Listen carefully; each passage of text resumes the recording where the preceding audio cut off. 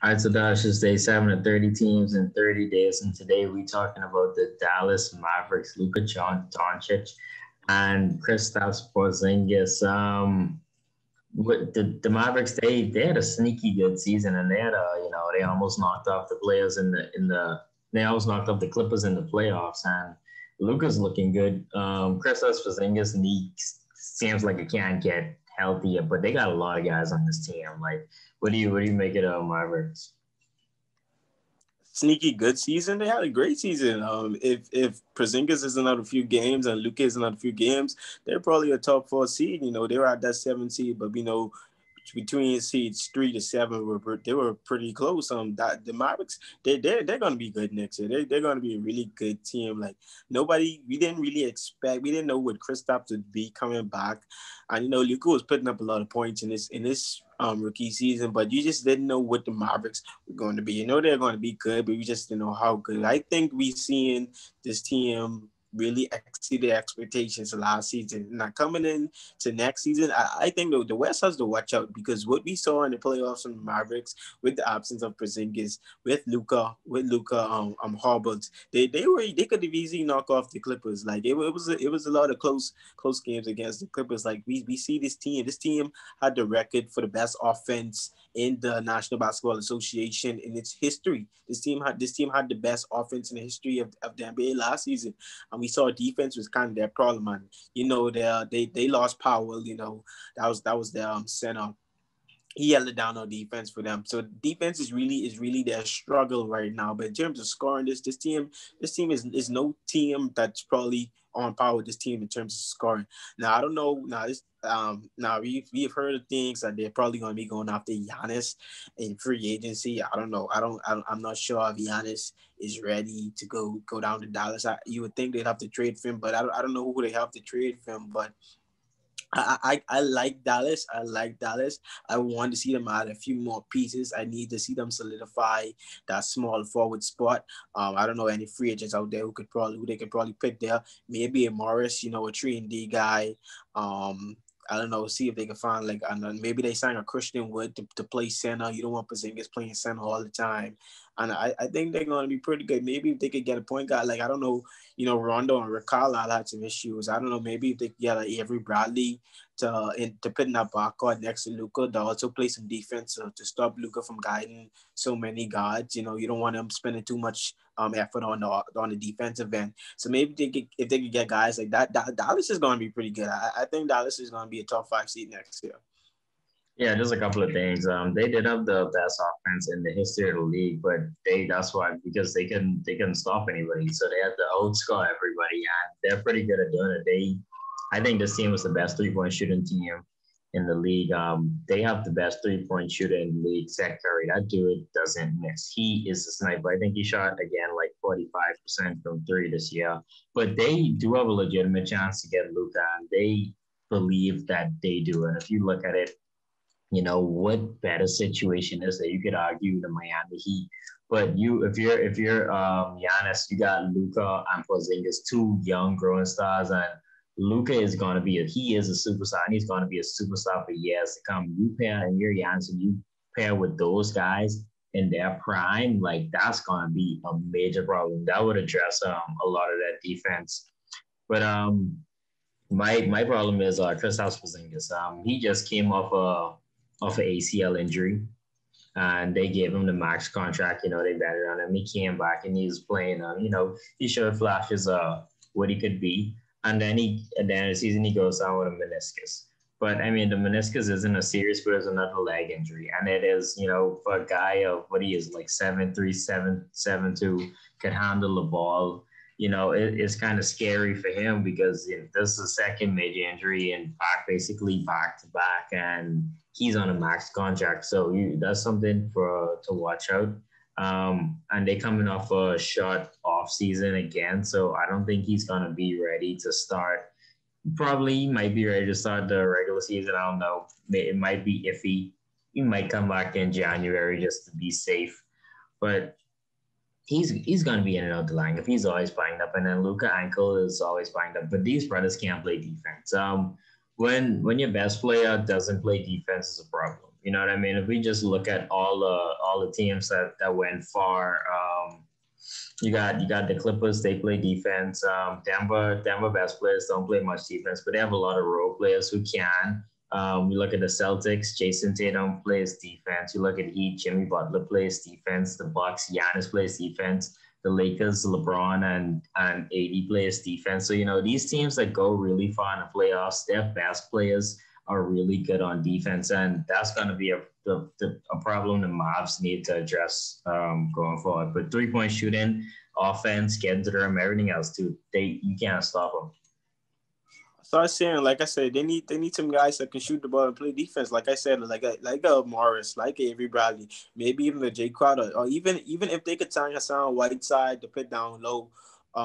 Because Powell is out now. I think he's going to be out throughout next season. Even if they could get a Whiteside to hold down a center spot, because they need a shot blocker as well. Like they there's some options out there to improve the team. And Thompson, he's going to be free agent. I don't know if too many teams are going to be after him. Maybe you get a Tristan Thompson on the low guys to hold it down on the defense. You need a shot blocker, and then you need a 3-and-D player on the wing. But I mean, in terms of draft, they do have the 18. Maybe they get like a big man out there. Maybe Isaiah Stewart. Jaden Daniels and D. They could also use a point guard. Tim Hardaway, I think he's going to be off of their books. He has an option. At least they need him off their books. He hasn't. Yeah, maybe if they could get a point guard out to draft as well. Maybe I'd like to see Dem Anthony. I think he's going to fall. I think Cole Anthony's. I'd like to see them.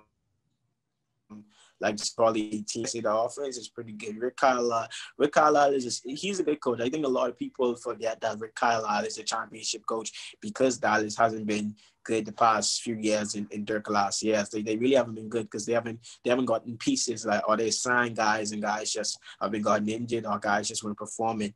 But now you give him some good plays. You see what he can do. Like I said, they could have easily been the third seed, but they're going to be sneaky next year. A lot of teams, you got to watch out for Dallas, especially in the West. I think Dallas has a chance to knock off anybody except the Golden State Warriors.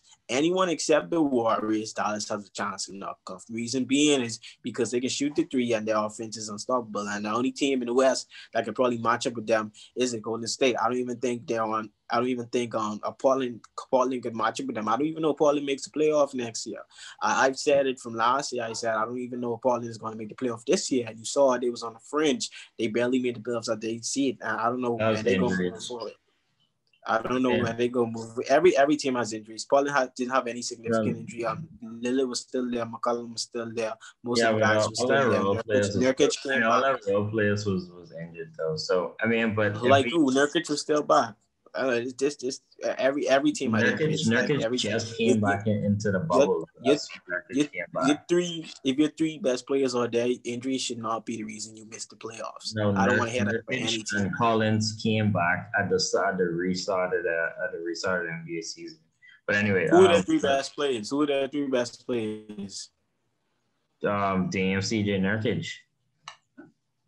Nurkic missed the Okay, so did you not have DMC? Did you not have CJ? Wasn't Whiteside not there? Was Collins not there throughout the season? Collins got injured again in the Collins was injured. But he was there most of the season. And Nurkic was there most of the season.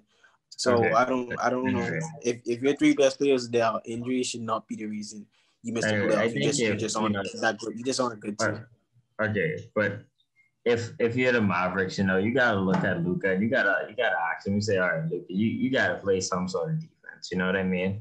Because this dude is gonna be on the court the all game. He's gonna have the ball in his hand, and he is a liability on defense. Now he does have the size to play defense. Like maybe he could do it what James Harden does, and maybe get some more the hustle players and be a good defender in the post type of thing, and grow himself into being a better defender. But I think if, for them to get over the hump, Luka got to pick it up and play defense because teams could attack him. If they know you can't play defense, they could attack you all night. And, you don't want to be put in a pick and roll all night and having the ball in your hand 24/7. That's a recipe for disaster and you're gonna be blown. We saw it with Jimmy Butler. He did it what it was in like I think it was game 4, game 5, where he did everything. And then we came out in game 6 and he was flat. So I mean, I think Luka just gotta step it up a bit. You gotta play some defense. You gotta suck it up and play some defense, man. Up. I think Luka is still a young guy. I think he's gonna get better at defense. He's not gonna be an all-time defensive player never in his career, but he just needs to be average at defense. But the reason why it's been so glaring is because their team defense isn't good. That is the reason. That's why they need pieces to improve their defense. If they don't have, and another problem is what position is Luka? He's playing the point guard, but really he's a small forward. So who's he defending? He's not big like the small forwards like the LeBrons and Well, I the mean, Tatum's and the Luka's Kawhis 6'8", and the though. Paul George and the Paul George. Yeah, but he's 6'7". He's not ready to guard those kind of guys, and then he's not small enough to guard the point guards like the Damian Lillard's, like the Kyrie Irving. So a part of that is he's kind of positionless. I think that kind of hurts him as well. And the reason is the team defense isn't good. If they sign a guy that can protect the rim, if they sign a wing that can play defense, I think it'll improve their team defense and it'll allow Luka, and it wouldn't cause teams to pick out Lucas so much is because their team defense would be much better. But that's really the reason. If everybody is bad on defense, you're probably gonna be bad too. You know what I'm saying? Like, I don't care how great of a defensive player you are. If your team is bad at defense, you're gonna look bad as well. So I think that's the problem. But yeah, they need to pick it up. But this team is scary though. This team is scary. I think they're gonna make some moves. Dallas, they always making moves. Like, even if you don't even notice it, Dallas is one of those teams that always makes moves every year. They sign free agents or they make a trade. We just haven't noticed it as much because, like I said, they haven't been as good. But they're going to make some moves. They're going to get better. And so this team is one we need to watch out for.